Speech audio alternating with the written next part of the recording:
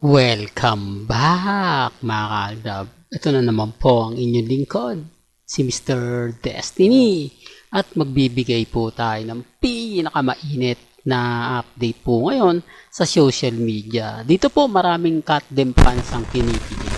Marami nagsasabi na bakit daw po si Richard Paul Carson pa ang naghatid pababa kay Catherine. Alam nyo, sa totoo lang po may mga bagay-bagay na pinapakita ko to. Kumbaga, para malaman din po ninyo, wag po kayong basta-basta maniniwala sa mga post.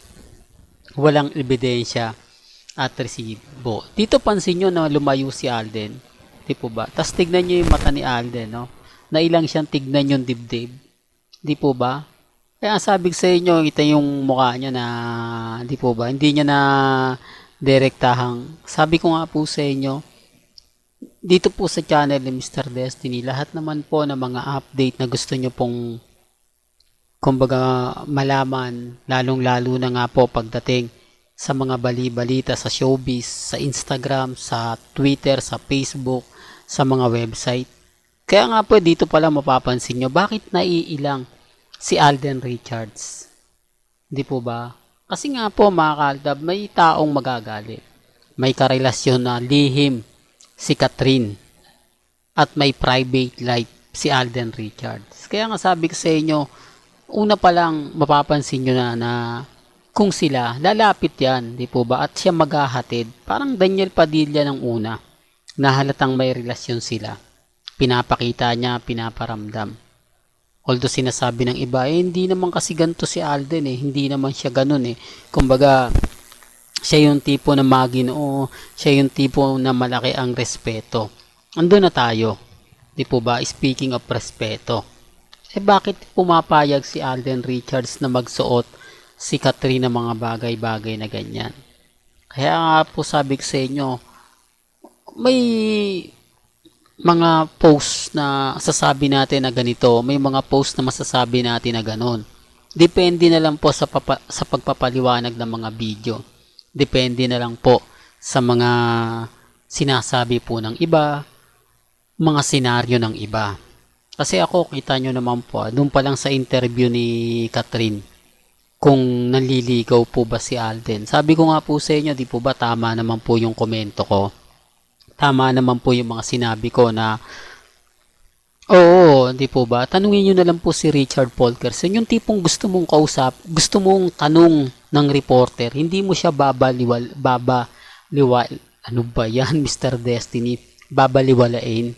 Yung tipong, ang sarap sagutin niya na, ang sarap sabihin na, ay si Alden na lang tanungin ninyo. Pero Kat, madalas kayo nakikitang ganito, madalas kayong nakikitang sweet, hindi, nagkakataon lang. Di po ba? Yung tipong yung artista na kumbaga may kilig kapag binabanggit yung pangalan ng boyfriend niya, girlfriend niya. Di po ba?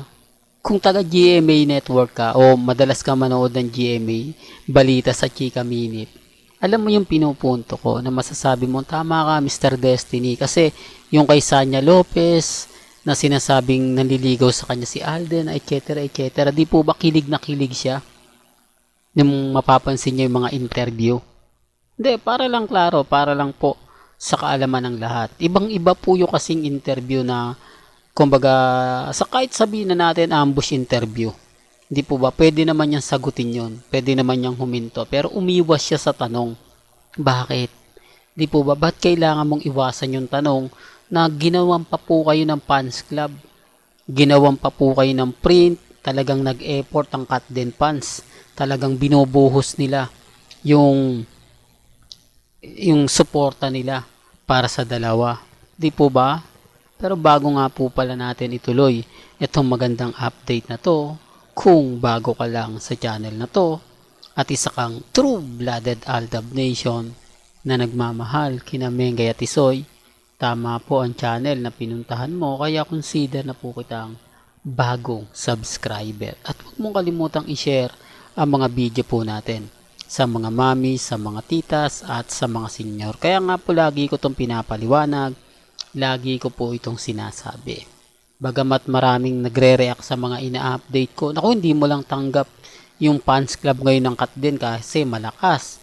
Kasi namamayagpag sila kahit sa Instagram, sa Twitter, sa Facebook, sa mga website, lalo na po yung video na sinabi ni Alden na ganito. Napanood ko yan, may video pa yan. Lalo po sila nagpiesta.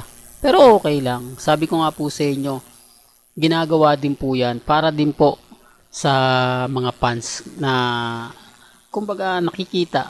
Di po ba? Hindi natin masisisi ang fans club. Hindi natin masisisi yung dalawa dahil alam naman po natin na ginagamit lang po sila. Pero pagkatapos nga po ng Hello Love Goodbye, magkakaalaman na yan kung sino nga po ba talaga yung totoong karelasyon ni Catherine at yung private life ni Alden Richards. Pag sinasabi ko talaga yan, daming nagre-react. Wala daw private life si Alden Richards, wala daw po siyang anak, single siya, wala naman pong pilitan. Di po ba? Lagi ko naman po sa inyo sinasabi na kung Aldab Nation ka, yun po yun. Mas madali po kami nagkakaintindihan, mas marami po silang alam, mas marami po silang naikukwento po sa akin. Kaya nga po yung Aldab Nation, mas marami naniniwala sa akin. Bakit? Kasi alam namin yung sinimulan ng lahat. Bago pa magsimula. Hindi ko naman po pwedeng lahat yan kamag-anak. Hindi naman nyo po pwedeng sabihin lahat yan dami account ko. Mahigpit ngayon ang YouTube at Facebook. Kailangan yung mga nagko-comment talagang active na active siya kasi magiging spam lang siya. Sinasabi ko lang po ito para lang po sa inyo. Sinasabi ko lang po ito para maging klaro. Kasi kahit anong pilit po ng Katden fans, kung hindi naman po binibigyan ng pansin ng dalawa. Kasi, di po ba? Kasi may pelikula po yung dalawa Talagang push na po ito ni Direk Cathy Molina.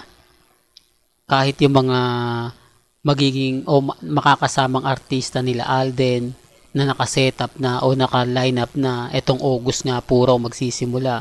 Kaya nga po kita nyo